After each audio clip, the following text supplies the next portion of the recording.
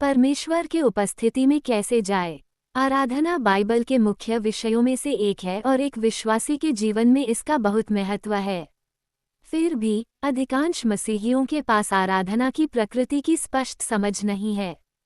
जब अधिकांश कलीसिया जाने वाले लोगों से आराधना के बारे में बात करें, तो वे अपनी रविवार की सुबह की आराधना की सेवा का जिक्र करते हैं। वे भजन और गीत के बारे में बोलते हैं और मंडली में खड़े होकर उस दिन के लिए योजनाबद्ध संगीत गाते हैं। दुर्भाग्य से इन कलीसियाओं में बहुत कम आराधना हो रही है। यदि यह औसत विश्वासियों के लिए इस विषय पर संदर्भ का एकमात्र चित्र है, तो उन्होंने आराधना करना शुरू नहीं किया है। हम आराधना को क्रियाओं और व्यवहार से परे जाकर सीखेंगे, जहां आराधना वास्तव में होती है, हृदय के भीतर। हम स्तुति, धन्यवाद और आराधना जैसी धारणाओं को सीखेंगे। हम उन चीज़ों की पहचान करेंगे जो हमारी आराधना में बाधा बन सकती हैं, और हम उस प्रगति का वर्णन करेंगे जो हमें आगे ले जाएगी, कदम से कदम, परमेश्वर की उपस्थिति में, जहां हम उसकी आवाज़ सुन सकते हैं और उसकी बाहों में आराम पा सकते हैं। हमारा दान। जब भी हम परमेश्वर की उपस्थिति में आते हैं, तो वो चाहते हैं कि हम उन्हें विभिन्न उपहार या बलिदान लाएं।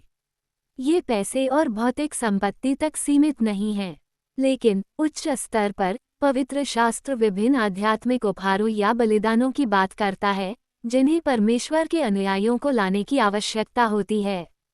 यह आध्यात्मिक उपहार धन्यवाद, स्तुति और आराधना है।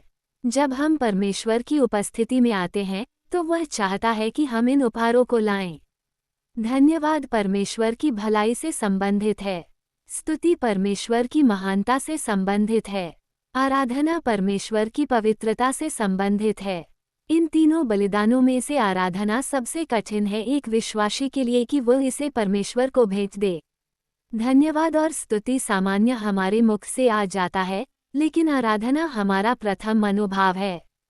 हम परमेश्वर की बुद्धि के विषय में बात कर सकते हैं क्योंकि हम बुद्धिमान लोगों को जानते हैं।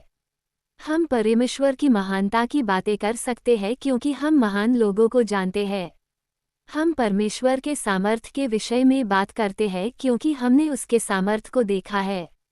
लेकिन परमेश्वर के अलावा पवित्रता का कोई सांसारिक उदाहरण नहीं है कि यह परमेश्वर के लिए कुछ अलग है और जो लोग इसे प्राप्त कर चुके हैं। मेरा मानना है कि आराधना सीधे परमेश्वर की पवित्रता से संबंधित है, लेकिन परम परमेश्वर की पवित्रता समझना कठिन है, तक पूरी तरह से समझना और आराधना में प्रवेश करना कठिन हो सकता है।